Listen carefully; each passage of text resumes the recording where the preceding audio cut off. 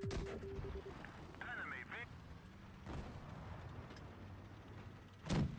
looks like that one went right through.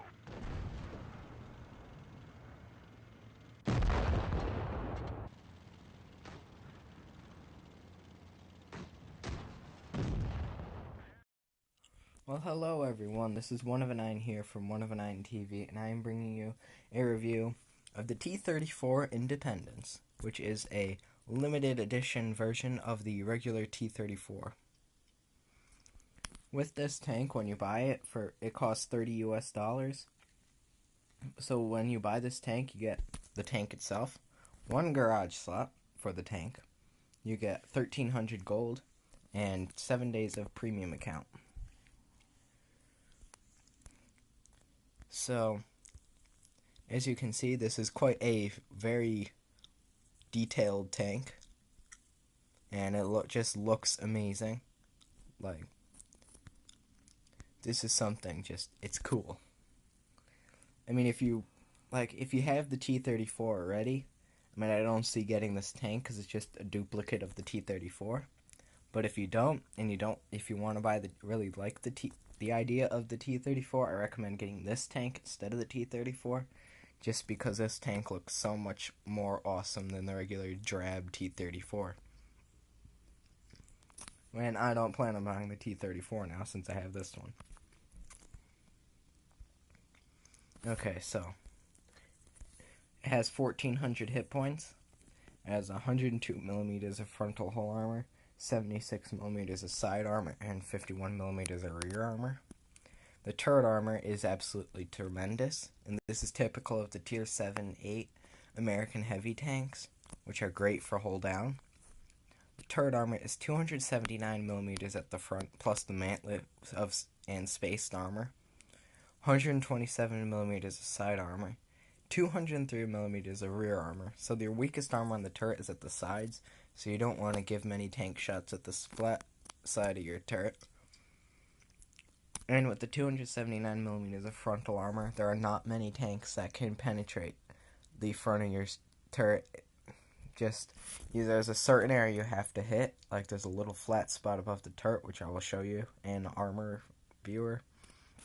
So, this tank weighs 65.14 tons, has an 810 horsepower engine, 35 km/h speed limit, 22 degrees a second traverse speed, 18 degrees second turret traverse, a 300 to 500 shell damage, 186 to 310 millimeters of penetration, rate of fire of 4 rounds a minute, an aim time of 3.4 seconds, and a .35 dispersion, and a 220 millimeter view range. So I've heard some people I watched a review of this tank before I bought it, and the person said that this tank is a good sniper.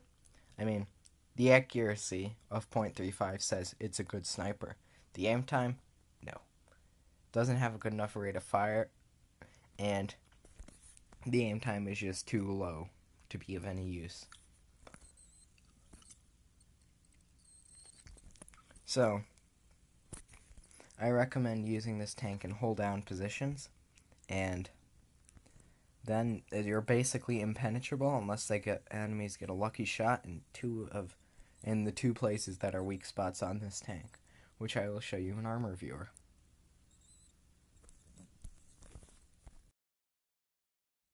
Here is the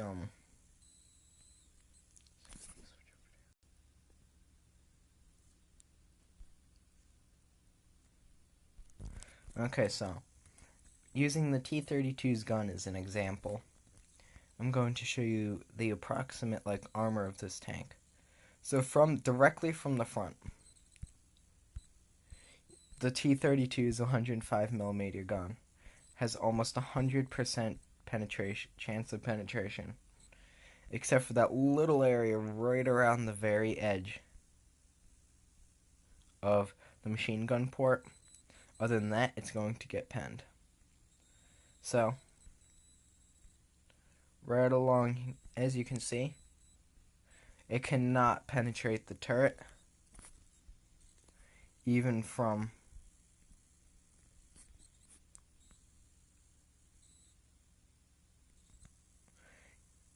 So from 100-meter distance, the T-32's gun, about 50% of the time, will penetrate that little triangle above the gun mantlet, and almost all the time it will be able to penetrate the commander's cupola, which is at the back of the turret. So the proper way to angle this tank is probably like this, so like when you're side scraping, you want to angle like this, because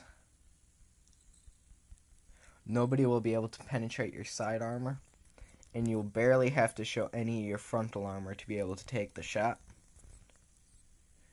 But other than that, I severely recommend going in a hold down position, because your whole armor isn't exactly that strong. I mean, some tanks' HE shells can penetrate the rear of your tank. Let me just show the 105. This is with the 105mm gun of the T-32. And as you can see, has a 67% chance to penetrate. And even if it doesn't penetrate, it will do 25% of the damage of the shell. Without a spall liner installed, this shell is going to do even more damage.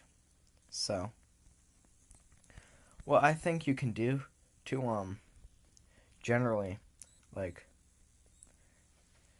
decrease the chance that the enemy is going to be able to hit your weak spots on the top of the turret is, when you're not firing, raise your gun up a little bit.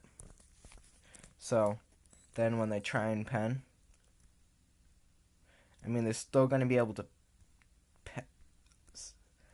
depending on what type of ammunition you're firing and the size of the gun, they're still going to be able to pen your cupola, but not that little square of armor, because they can't really hit it. So that minimizes the major weak spots at the front of your turret.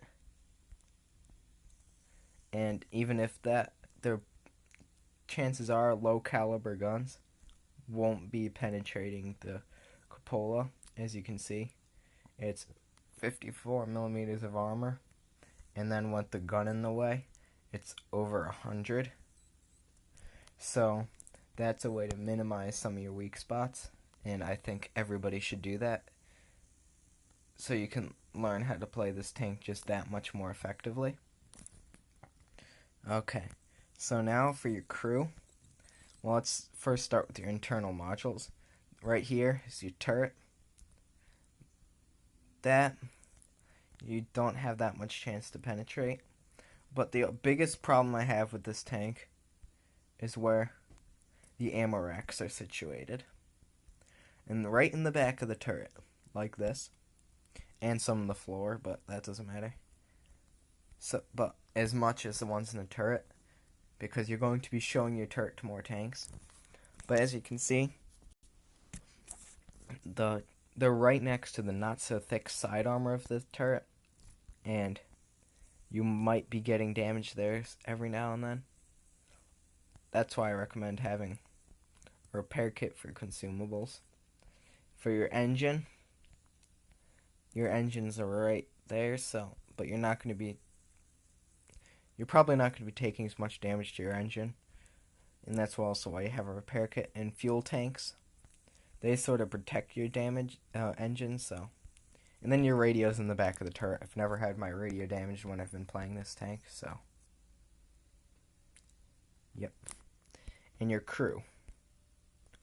Okay, so you have your gunner, loader, another loader, commander, which will be getting killed a lot, because everybody seems to like aiming at your cupola. And if you play it smart, your driver and your radio operator won't be getting killed very often. So, this is the armor and the capabilities of this tank. So, now I will show you consumables and equipment. Okay, so now for consumables, I recommend the multi-purpose restoration pack, automatic fire extinguisher, so you don't have to use this to extinguish fires. and small repair kit for those modules that get damaged while after you've used your multi-purpose restoration pack. And for equipment, I have not yet to load equipment, but what I highly recommend would be gun rammer, vents, and then everything else just depends on your play style. If you like sniping, enhanced gun laying drive, but if you like firing while on the move for the avert stabs, and if you want to increase your view range, coated optics or binocular telescopes. And I don't recommend using a camo net because if you're standing still while playing this tank, you're doing it wrong. Okay, now I'll get you into some gameplay. Okay, so this is a tier 8 top maximum game.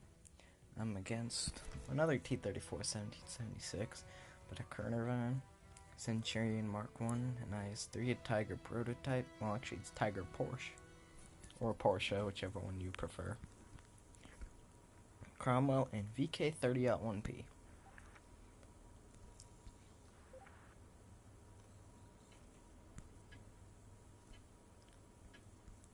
Time to roll out.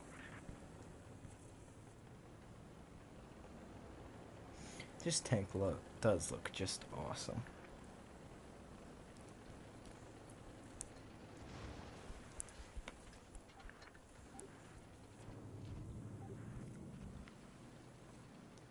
And there's a great gun it packs a punch.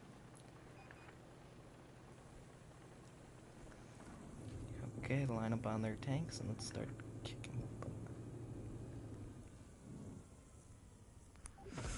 Oh, come on!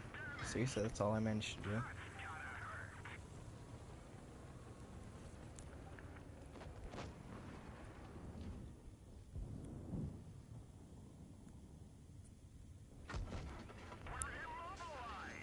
My track ate that shot for me, I think. I think I got double tapped before. One of our trucks is gone. We can't move. I guess my tracks aren't eating the shots for me, like I was hoping. Well, I just bounced a shot from someone. I'm gonna go help these guys over here.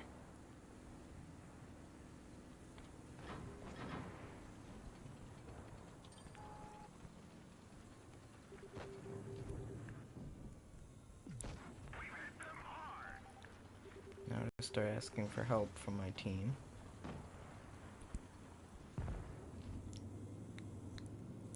So what's the biggest threat right now? It's the Centurion.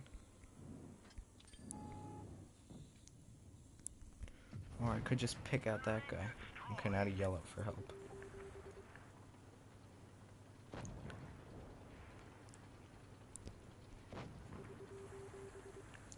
We gotta put a big shot into him. Heal up my crew that just got damaged. Ignore the VK.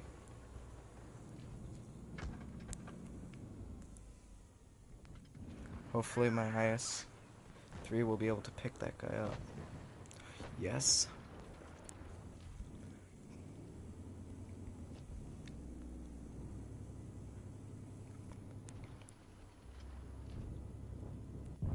Oh, come on, I just poked out a little bit too much.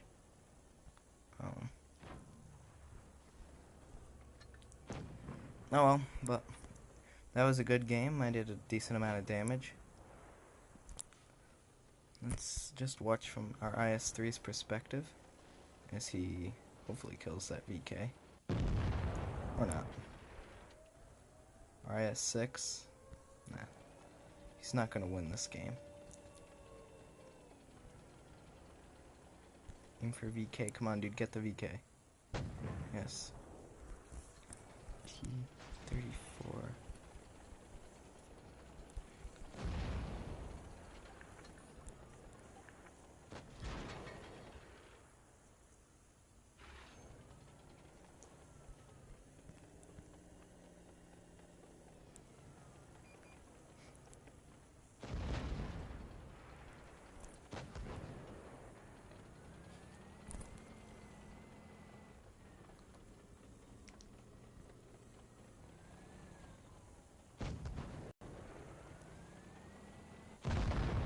Okay, that was a decently played game.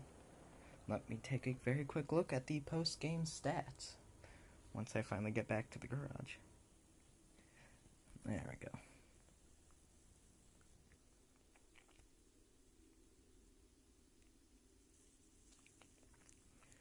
Okay, so let's see. We did 2,300 damage, made 52,000 credits on a defeat. So that shows you what kind of credit maker this tank is.